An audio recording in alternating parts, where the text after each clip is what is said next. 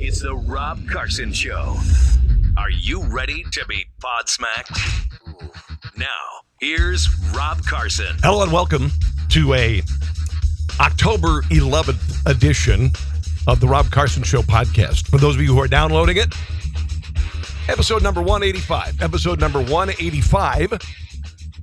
You can hear this program every day of the week on the Podcast Radio Network. Podcast Radio Network. It's right there. It's the audio version. Runs at 5 o'clock Central Standard Time, 6 o'clock Eastern Standard Time, and then, of course, on LibertyOneTV.com every day at 4 o'clock Central Standard Time, 5 o'clock Eastern Time. LibertyOneTV.com is a terrific service featuring some of America's best talk show commentators.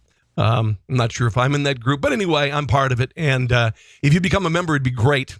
Okay, if you like my show, become a member. It's $10 a month. It's pretty cool. Cheaper than Netflix.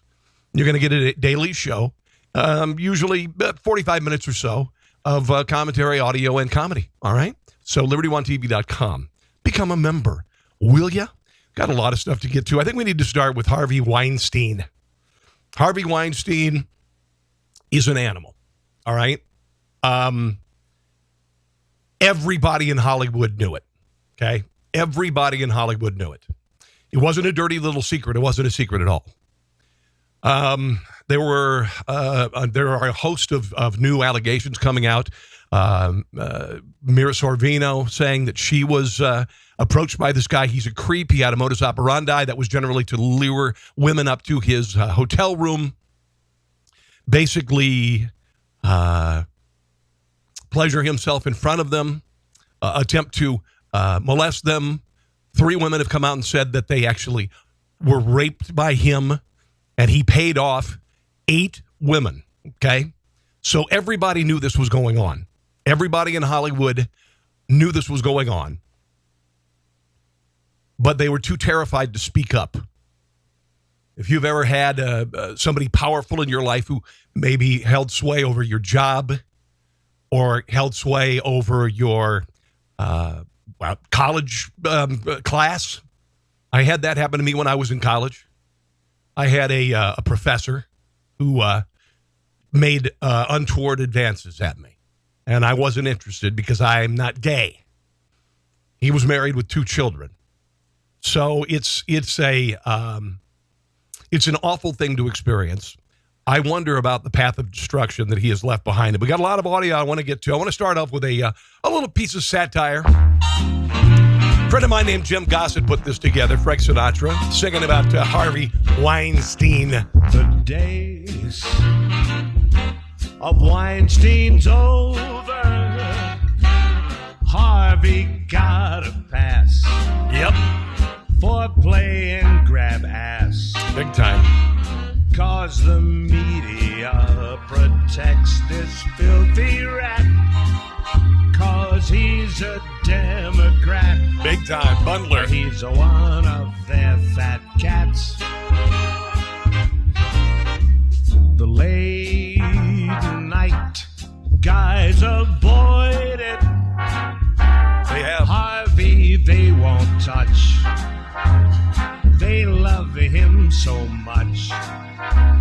Jimmy Kimmel's sad. He don't know what to do. He probably cried. Cause the days of Harvey Weinstein are through. Okay, guys, big finish now. Let's give it to old Harvey one last time. The late night. Those creeps avoid it. Donald Trump they'll bash, but Harvey gives them cash. Colbert showed up on his colonoscopy. Now the days of Weinstein are history. Yep. He says he's going to make a comeback. I don't think that's going to happen. I don't think there is any saving this guy. But he's doing what Hollywood types do. He's boarded a private jet bound for Europe for a sex addiction treatment. So he got in a prived jet. He's going to enter a live-in facility will deal both with sex and other behavioral issues. He wants to come back fresh with new ideas, and nobody is going to hear them because you're a scumbag, and you've left a path of emotional shrapnel behind you. You've damaged people. You're a POS, majorly. Harvey Weinstein's wife, designer Georgina Chapman, has announced she'll be leaving him amid sexual harassment assault allegations. He and she have been married since 2007. They have 2 kids, a 7-year-old and a 4-year-old. She said in a statement, "My heart breaks for the women who have suffered tremendous pain because of those unforgivable actions. I have chosen to leave my husband. Caring for my young children is my first priority, and I ask the media for privacy at this time." 8 women have come out against Weinstein in the New York Times piece that came out last week. He reached financial settlements with at least 8 accusers. The New Yorker on Tuesday told the story of over a dozen accusers, including several who claimed Weinstein assaulted them or raped them. Major movie stars, Angelina Jolie and Gwyneth Paltrow, said that they were part of a long list of women who were harassed by this guy. Unreal. Just honestly, there are no words. Mira Sorvino. She has starred in several of Weinstein's movies, including Mighty Aphrodite, 1995's Mighty Aphrodite. She won an Oscar for that. At a hotel room in the Toronto International Film Festival in 1995. He started massaging my shoulders. This is Mira, which made me feel uncomfortable. Then he tried to get more physical, sort of chasing me around. Everybody knew about this. Here's Seth MacFarlane, 2013, announcing the Best Actress nominees for the Oscars. And it's very clear. Everybody knows it. There's a little kind of a wink and a nod, like Harvey has got a real problem. Here it is. Best performance by an actress in a supporting role are Sally Field in Lincoln, Anne Hathaway in Les Miserables, Jackie Weaver in Silver Linings Playbook, Helen Hunt in The Sessions, and Amy Adams in The Master. Congratulations, you 5 ladies no longer have to pretend to be attracted to Harvey Weinstein. Everybody knew it. They got the joke, right? You don't get a joke like that unless you know what's going on. I like Seth MacFarlane, by the way. I think he's great. Heather Graham. My Alexa just started talking to me. Weird. Heather Graham wrote an op-ed for Variety. She said that Harvey implied that she needed to have sex with him in order to star in one of his films. In the early 2000s, Harvey Weinstein called me into his office.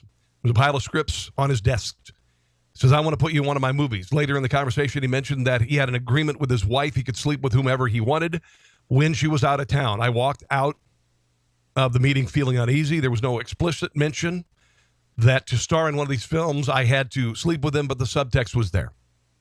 A few weeks later, I was asked to do a follow-up meeting at his hotel. I called one of my actress friends to explain my discomfort with the situation. She offered to come with me. Apparently, her friend couldn't make it, and Heather knew something was going to happen, and she canceled the meeting. She said that was the end of my the encounter. I was never hired for one of his films, and I didn't speak out about my experience. If I had spoken up a decade ago, would I have saved countless women from the same experience I had or worse? And this is something she has to live with. And there are a lot of women who just didn't say anything because you're afraid. It's a power player. I wonder how many careers were ruined because of that. I work in the entertainment industry. There are people who can blacklist you. There are people who can just put the word out, whatever, about you, and you don't get a job. The jobs are few and far between in talk radio. And I'm just saying that it happens. It happens. Hillary Clinton finally did speak out against Harvey Weinstein. Basically, where's I've got it right here. There's so much stuff to get to. So much. Oh, yeah, here we go. Hillary Clinton. Here's what she said. I was shocked and appalled by the revelations about Harvey Weinstein. The behavior described by women coming forward cannot be tolerated. Their courage and the support of others is critical in helping to stop this kind of behavior. I mean, wow. He apparently was a bundler for both of her presidential campaigns, raised a lot of money for her. I think she also said this is fine if you're married to the guy. It is remarkable that Bill Clinton is silent on these things, even though it's a vast right-wing conspiracy, right? Isn't it a vast right-wing conspiracy? Bill Clinton did the same thing for decades, just like Harvey Weinstein. Ridiculous. Oh, Ronan Farrow is apparently tried to sell his story to NBC News. He had the story, the report, in which 3 women, including actress Asia Argento, accused the mogul of rape. Said it was in NBC's hands as early as August, according to multiple sources, both inside and outside the network. Apparently, NBC had concerns with the way Farrow's story was sourced, apparently. By the way, Weinstein hosted a $33,000 per plate dinner fundraiser at his Manhattan home for Hillary Clinton last year. Though it was not immediately clear if the former candidate would return or donate any of the money, as other Democrat politicians have done. The Obamas have spoken out about it, and they haven't decided they're going to return the money he raised for them. The president said, the former president, Michelle, and I have been disgusted by the recent reports about Harvey Weinstein. Any man who demeans and degrades women in such fashion needs to be condemned and held accountable, regardless of wealth or status. And we should work to build a culture, including by empowering our girls and teaching our boys decency and respect, so we can make such behavior less prevalent in the future. Blah, blah, blah, blah, blah. Harvey Weinstein gave $5,000 to Obama's 2012 campaign. More than $66,000 to the Obama Victory Fund, apparently. Tucker Carlson has called out Weinstein and his enablers last night on Fox News. Not all accusations of sexual harassment are real. This one is. But the bigger scandal is the reaction to it, or the lack of reaction.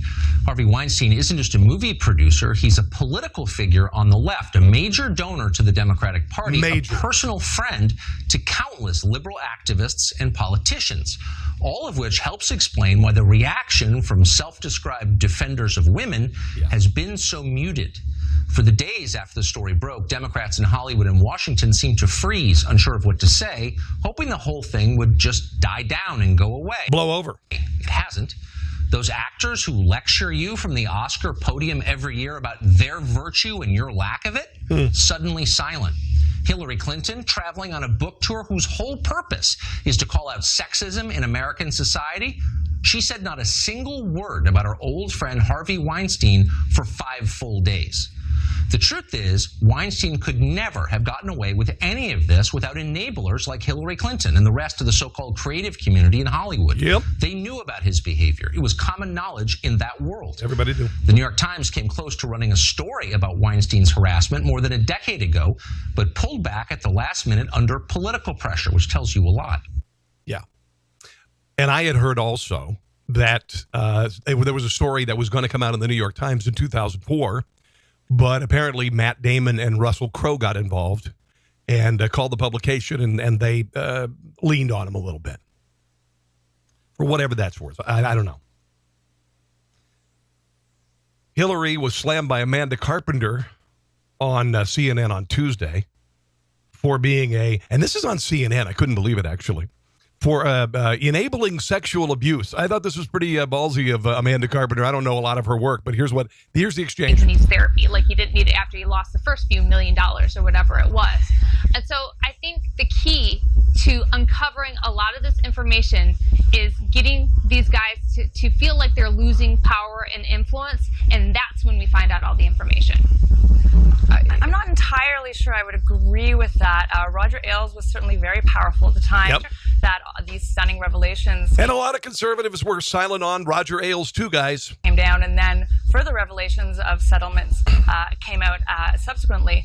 But I find it so strange that people keep on trying to name Hillary Clinton as though she's culpable when Hillary Clinton Donald is Trump not is in president the right White now House. because she enabled sexual abuse. If Let's George be Clooney clear and about Ben that. Affleck, who were working with Harvey Weinstein for many, many years, both have explicitly come out and said that they're just learning of this now. Sure. I don't think it's fair to impute any of this knowledge to Hillary Clinton. Hillary Clinton has a track record of being slow on the draw.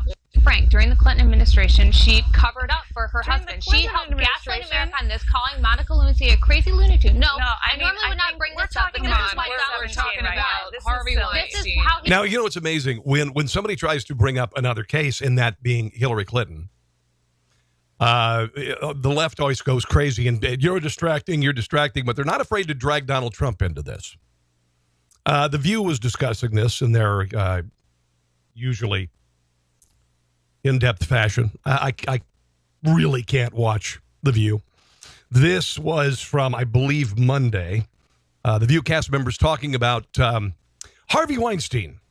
Hollywood mogul Harvey Weinstein just got hit with new sexual harassment allegations. The claims come from former assistants and stars like Ashley Judd, who says he invited her to watch him take a shower. Hello? Why is it that in all these high-profile cases, the guys have such a strange idea about what turns a woman on? Why do they think, wait, we want to be grabbed by the genitalia? Okay, so they can immediately go to Donald Trump, but don't go to Bill Clinton. Where's the picture? There he is. Or possibly scrubbed with a loofah. Or treated to the eye candy of watching him bathe. It's amazing. They can refer to Donald Trump, but they'll never say anything about Bill Clinton, even though Bill Clinton paid off at least one person, attacked another woman, Juanita Broderick. There's a little bit more from The View on Harvey. And he's repeatedly dismissed this as locker room talk. And This is talking about the P word video. supporters, his posse has gone around all weekend talking about, this is locker room talk. And just wondered what you thought of that locker room talk. He's not in a locker room. It's not locker room talk. I was in Atlantic City this weekend working on a piece for. They could make Harvey Weinstein into a punchline. That's what they were doing there. But it's Donald Trump. They went after him, like sharks on chum, like crows on a carcass. So, a little bit more on this because I have some audio, some very damning audio. Harvey Weinstein, back in 2015, the NYPD had set up a sting operation because apparently Harvey Weinstein attempted to grab the breast of a young model / actress. And she went and reported it. And they said, well, let's get you to wear a wire. So she wore a wire. And this is what he attempted to do. What do we have to do here? Nothing. I'm going to take a shower. You sit there and have a drink. Water. I don't drink. Have Can a I glass stay of water. on the bar? No, you must come here now. No. Wow. Please, I'm not going to do anything. I swear on my children. Please come in. Swear on my children. On everything. I'm a famous guy. I'm feeling very comfortable right Please now. come in now.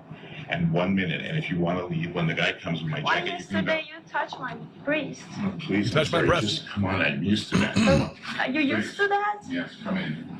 No, but I'm not used to that. I won't do it again. Come on. Sit here. Don't ruin your friendship with me for 5 minutes. I know, but it's kind of like, it's too much for me. I can't. Please, you're making a big scene here. No, Please. but I want to leave. Okay, goodbye. How just ungodly creepy. I mean, I honestly, I don't understand this sort of behavior. To victimize somebody like this, to victimize somebody like this, just to get off in a shower. Here's a little bit. Here's the end. I'll see about playing the entire tape, but here's a little more, a longer version of it. If I can get it to play. Hold on. Occasionally, this website logs me out, so I need to reboot it. So give me 1 second, and I shall. Here we are. Come on, load up, please. All right, hold on. Let me try this one more time. We'll get to the audio in just 1 second. But Like I said, if I can get this thing to sign me in, I'll do it. One person who's actually defending Harvey Weinstein, of all people, is Lindsay Lohan. Okay? Here's Lindsay Lohan on Instagram talking about Harvey Weinstein. Hi, this is Lindsay Lohan. Hi, I'm in Dubai. I'm home. And I feel very bad for Harvey Weinstein right now. I don't think it's right what's going on. I think Georgina needs to take a stand and be there for her husband. And he's never harmed me or done anything wrong to me. And we've done several movies together. And so I think everyone needs to stop. I think it's wrong. So stand up. Okay. Maybe she was just too wasted to remember it. Do you think that? Maybe. Here is a little bit longer version of the assault in a hotel. Now it doesn't want to load for me. Well, I guess we won't play it then. I won't play it. What do we have to do there we go. here? I'm going to take a shower. You sit there and have Sorry about that. I water. don't drink. have Can a I glass stay of water. on the bar? No, you must come here now. You must come in here now. Please. No, I don't want to. I'm not doing anything with you. I Now know. you're embarrassing me. I'm Now sorry, I No, cannot. come in No, here. yesterday was a kind of aggressive for I me. know. I need to know a person I to be won't touched. do a thing. I don't want Do a thing, please. I swear I won't. Just sit with me. Don't embarrass me in the hotel. Don't embarrass me in the hotel. I Sit know, with me. but I I don't promise. want to. Please sit there. Please. 1 minute. No, I I ask can't. you. Go to the bathroom. Please, I don't want to do something I don't want Go to. to the bathroom. Come here. Listen to me. I want Wow. to go upstairs. I'm not going to do anything. You'll never see me again after this. You'll never see me again after That's this. it. If you embarrass me in this hotel, I'm not I'll stay. embarrassing you. Just It's just walk. that I don't feel comfortable. Honey, don't have a fight with me on the It's not phone. nice. Please, I'm not going to do anything. I swear, my children. Please come in. On everything. I'm a famous guy. I'm feeling very uncomfortable right Please now. come in now. And 1 minute. And if you want to leave, when the guy comes with my Why jacket, you can go. yesterday you touched my wrist? Oh, please, I'm sorry. Just come on. I'm used to that. Come on. I'm Are used you to that. used to that? Yes, come in. Because No, but I'm not used to that. I won't do it again. Come on. Sit here. Wow. No, I don't want to. If you do this now, you will embarrass me. But no. Fine. Never call me again. Okay? Sorry. I promise you I won't do anything. I know, but yesterday was too The much guy is for me. coming. I will never do another thing to you. 5 minutes. Don't ruin your friendship with me for 5 minutes. I know, but it's kind of like, it's too much for me. I can't. Please, you're making a big scene here. No, Please. but I want to leave. Okay. Goodbye. Okay, fine. She didn't fall prey to him. She probably saved herself from getting raped. Unbelievable. Donna Karen, fashion designer, said she's sorry. She earlier this week said that women were asking for trouble by the way they dress, presenting themselves the way they do. In a statement on Monday, she said her remarks were taken out of context from a fashion designer who designs the clothes that women wear. Okay. I think we're done with this. Let's move on to some other stuff. Looks like Roger Goodell, the NFL, meeting with league owners to rule maybe once and for all what freedoms can or can't be expressed during playing of the national anthem. He hopes of getting back to football and bringing some closure to the political Pandora's box that has devoured headlines in the 2017 season. Memo circulated to 32 teams. Goodell expressed a strong desire to move past the controversy. He also advocated that players stand during the national anthem. Quote, like many of our fans, we believe that everyone should stand for the national anthem. It is an important moment in our game. We want to honor flag and country, and our fans expect that of us. We also care deeply about our players and respect their opinions and concerns about critical social issues. Blah, blah, blah. We need to move past this controversy, and we want to do that together with our players. So we'll see. Donald Trump Tuesday called for changes to tax law affecting the National Football League. So why is the NFL getting massive tax breaks while at the same time disrespecting our anthem, flag, and country? Change the tax law. You can't use the tax law punitively. Sorry, Mr. Trump, I'm going to have to disagree with you on that one. I agree with a lot of the things you say, but that is frightening that you would say that about changing the tax law. There's a guy named Common. Okay, Common, I know he's a rapper or whatever. He says that Jerry Jones telling his players, if we are disrespecting the flag, then we won't play, period. That's what he said. Common says it's like a slave owner mentality, to be honest. You gonna do what I say on this. What he said. ESPN, Mike Wilbon, and I don't watch ESPN. I'm not a sports dude. Compared Jerry Jones to a plantation owner, essentially. Here is the exchange on ESPN. Yeah, Tony, I got a serious problem here. A week ago, I said I thought Jerry Jones displayed some leadership because he seemed to understand compromise, saying, I need to be with my players, and he got down and linked arms and all this stuff. And then he said, but I want to honor the anthem. And I understand that. And it seemed like that was where he was going. But now it just seems like it was as phony as a $3 bill. And the word that comes to my mind, I don't care who doesn't like me using it, is plantation. The players are here to serve me, and they will do what I want no matter how much I pay them. They are not equal to me. Okay. Honestly, this is just, to me, such an offense to those who spent their lives in bondage, those who were beaten and tortured and raped, those people who were forced to work every day in the fields and die young and broken, and being sold on a block and having their families separated and sold off.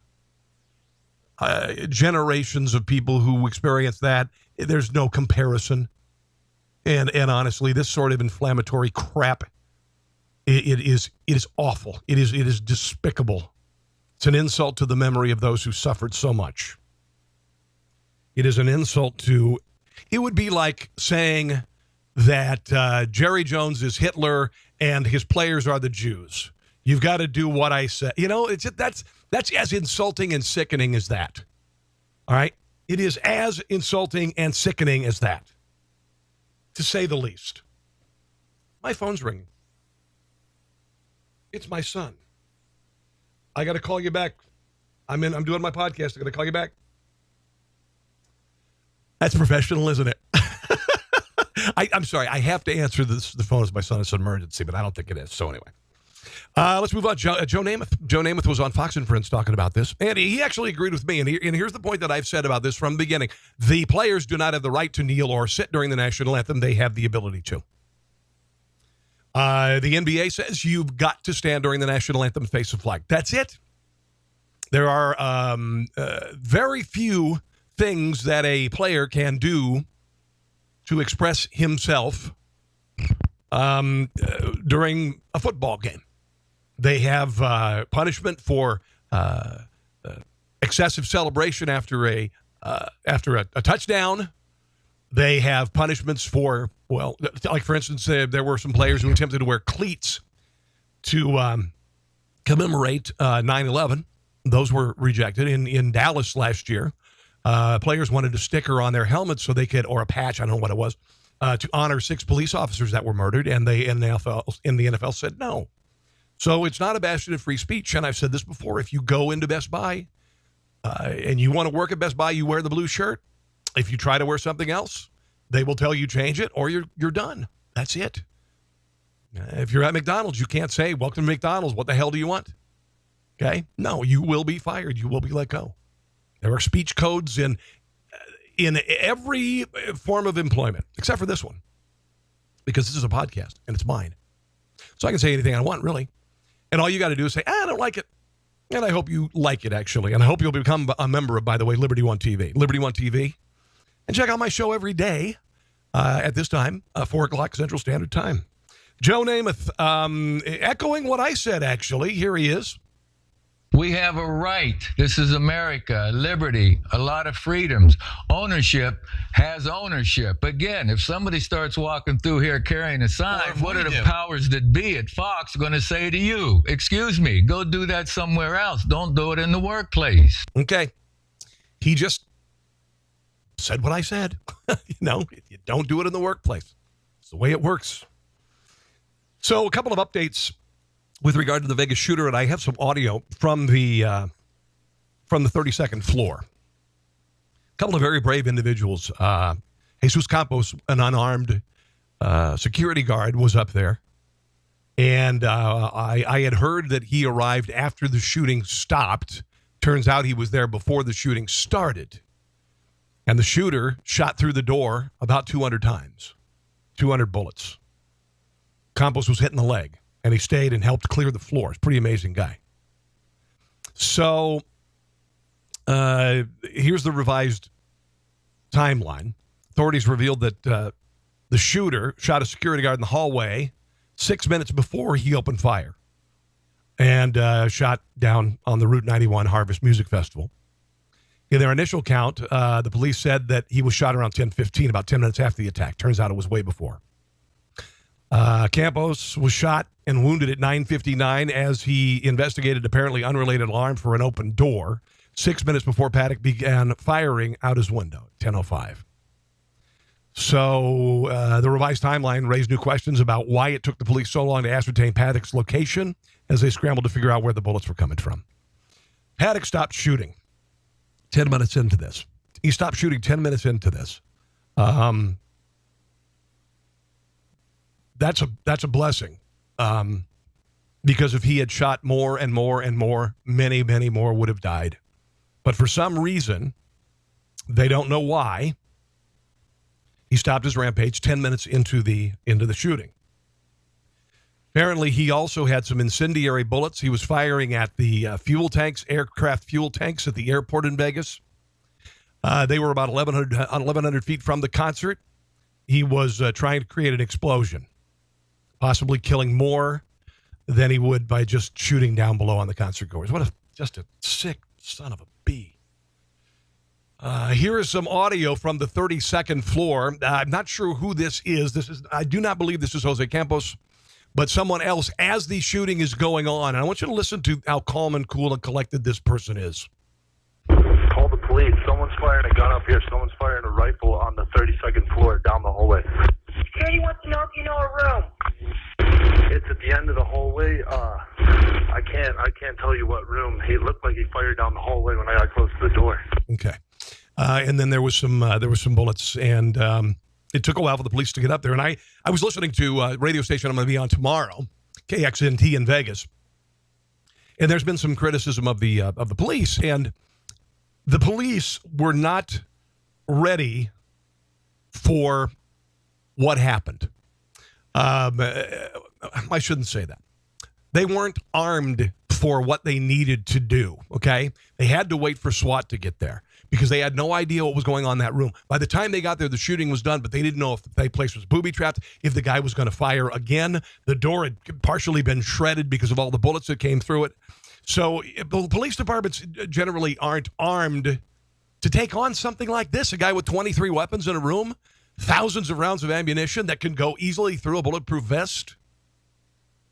I'm grateful the guy stopped shooting after 10 minutes. Mandalay Bay's debating what they're going to do with the room, by the way. They may be shutting it down, apparently.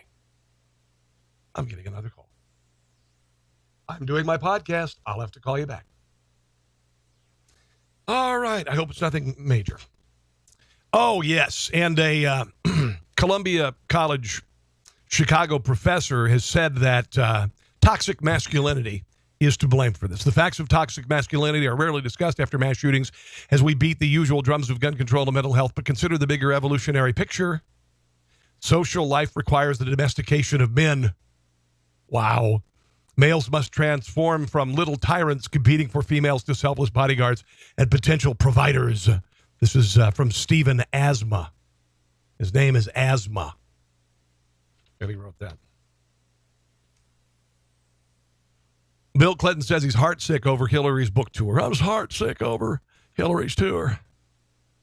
Apparently, he tossed his copy in the trash, her book. He's heartsick about his wife's blame game tour before Hillary sent the manuscript to the publisher she gave to Bill to read, and he made major changes with a red pencil. But she refused to even read his corrections, and he got so furious that he tossed the entire manuscripts in the garbage. He told her the book made her look bewildered, angry, and confused, and that those were poor qualities in a person who aspired to be a world leader. He hated the title, calling it What Happened would only make people say you lost. He urged her to postpone the publication date and rewrite the book, but she yelled at him, the book is finished, and now it's going to be published. Since their fight last summer over the book, Bill's negative feelings about Hillary's memoir have grown even more intense as she's used her book tour to blame her loss on Russian hackers, James Comey, and women who didn't vote for her. So she told him he was delusional, apparently. It's just very untoward, right? I mean, it's just very kind of unseemly to continue this for so long after the election. It really is, probably time to move on. You're not going to be president. I think we can all be thankful for that. We can all be thankful for that. Monica Lewinsky is tired of being the punchline on online jokes. Lewinsky, who's now an anti-bullying activist, addressed a meme in an interview about her PSA in real life. There are many ways that I have been able to come forward, but there are certainly times with that meme that's going around when I'm still held frozen in amber from incidents from 2 decades past. And there are all sorts of memes out there about her. And, she has suffered. The former president hasn't suffered. She has suffered. She's had her life defined by this. She says, I'm not a punchline. I'm a human being, and I belong to people, she says. I'm a daughter, I'm a stepdaughter, I'm a sister, I'm a cousin, a niece, an aunt. I'm dimensional, not just a punchline. And I feel bad for her. I really do. So there's this Dove soap. It's kind of like a little short 13-second Facebook ad. And it shows 3 women. The first woman is a black woman. She takes her shirt off and reveals the white woman. Then the white woman takes her shirt off, and she reveals an Asian woman. People are angry because it's just racist in there, and this is everybody's offended. Everybody's offended. It's not racial. These people are hearkening back to soap ads, I guess, in the past, in the 20s and 30s, that featured, I heard a black child and mom going over and taking the soap and rubbing the black off to reveal a white kid. That's not what this is. That's not what this is. This is a Benetton ad, essentially.